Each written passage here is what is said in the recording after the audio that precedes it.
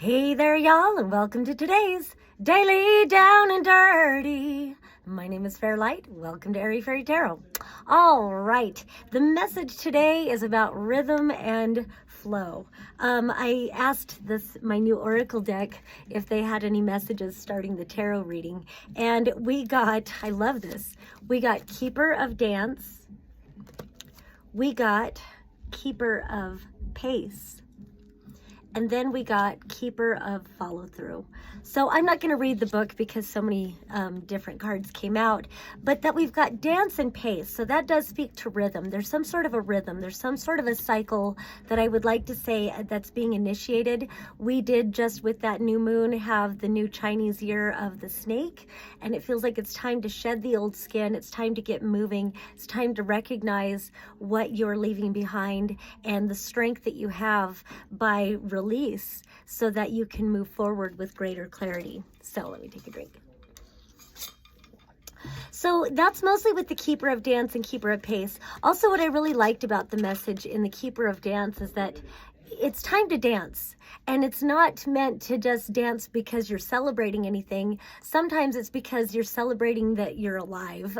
It doesn't even have to be celebratory is what it said. Sometimes you dance because you must move. You just must be. You must align to the rhythms and the flows of it all and let it move you. Let life move you. And so I feel like that's what this Keeper of Pace, again, the different rhythms and cycles, and then with this Keeper of Follow Through, it's time to get up and do, maybe you've been saying you're going to do something for a long time, or maybe you've been dreaming about it. Maybe it's been on the back burner or something.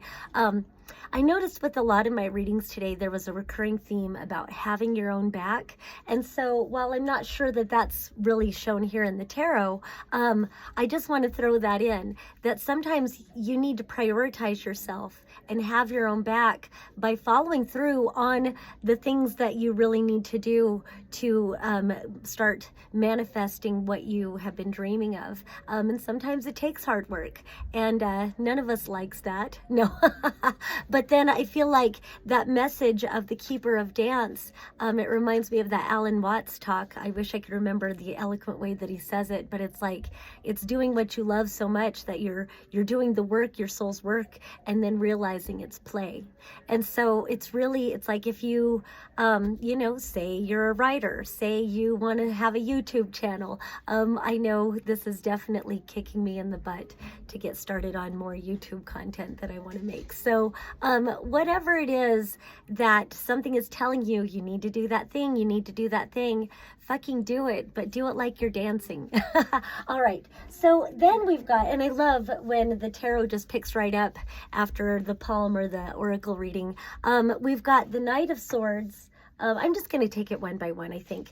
That whole get up and do it. Then we've got this Knight of Swords, and he is running towards his motorcycle. And here is this huge, beautiful raptor just flying overhead, like with this great vision, running towards your vision, running to give your message. Swords energy is about the messages that you send, the beliefs you operate on, your truth. And so it's like running towards your truth. And I love it's running, like eagerly embracing what you get to do, what you get to do. Not I have to do it, you have to do it, you get to do it, I get to do it. So we've got this Knight of Swords, then we've got the Judgment card. This is definitely about leveling up, and it feels like maybe some part of you holds back from following through because you know that once you start initiating this work, and as you truly invest in yourself by investing in whatever it is, the project or whatever it is that you're feeling called to do, it is going to be life-changing. It will be a level up. Things will never quite be the same. For some reason, I'm getting this image of like, a rose once it's bloomed, it can't go back to its previous little rosebud self. A rose, once it is bloomed, it has to expect that the bees are going to show up and maybe some noses are going to come start sniffing, whatever it is. With that, like everything, I'm just babbling, but I'm channeling. But it really is like, once you bloom, once you get towards it, expect to bloom. And it's funny how we can be afraid to follow through because we're afraid of blossoming, but don't fear your own blossoming. Don't fear your power. Don't fear being in bloom. Love it. like a dance.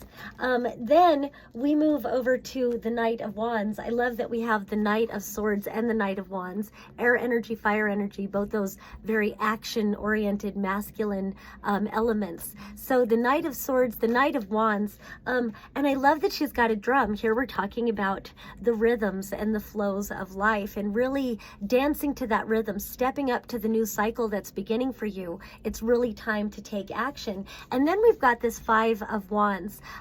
This can be a card of competition, but really it feels like you're overcoming yourself, getting yourself moving. I know, like I said, I didn't want to go to the book to read all of these, but one of them spoke about inertia. I think it was that pace, keeper of pace. Sometimes we can be kind of lazy from lack of inertia. We've got to get that inertia moving. We've got to get the energy flowing. We've got to get moving. So again, get up and dance and go towards it. I was watching someone on YouTube and they said that one way to get themselves motivated is they count down from 5. 5, 4, 3, 2, 1, and then they jump up and make themselves do it. I haven't mastered that, but since I'm saying it in the video, I'll try it too. But it is, and there is something about this being the Five of Wands. Fives are numbers of change, and so it really is changing your routine, changing your behavior, changing your mindset, changing the actions that you take. You know, if you're going to do something and then you pick up your phone, put it down. Say, no, I'm not getting on the screen now. I'm going to do the thing. And so it really feels like it's more about being your own team and working with yourself to help yourself get to the top and achieve that fire and that inner fire. And the Knight of Wands is that keeper of fire. It's your desire, it's your passion, it's your motivation, inspiration, creativity, really moving towards that. And then overlighting these 4 cards, we've got the Hermit. And so there could be a need, and I know within some of this there was like a need for evaluation.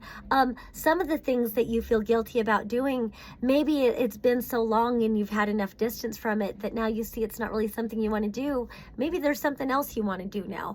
And so it's not so much about what is your passion. It's just about discovering what is your passion and what feels lined up with what your soul is calling you towards, what feels like your purpose in life, whether it's dancing, whether it's singing, whether it's writing, whether it's, you know, I was joking, being an accountant.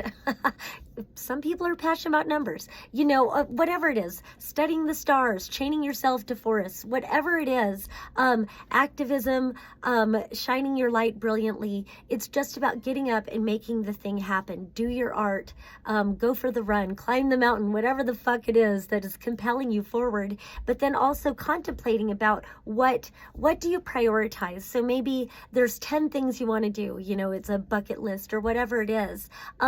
You know, maybe identify all the things that you would like to do. Maybe it's hard to get started because there's so many different interests, but with this contemplation, with this inner you know, vision that you have, it's like finding what rings as true for you, that finding your North Star kind of a thing, because usually it shows an old man, the hermit, with the lantern, and inside the lantern the light shining is that star. And so it's like finding that guiding light that really leads you towards your bliss, towards your excitement, towards your passion, towards your purpose.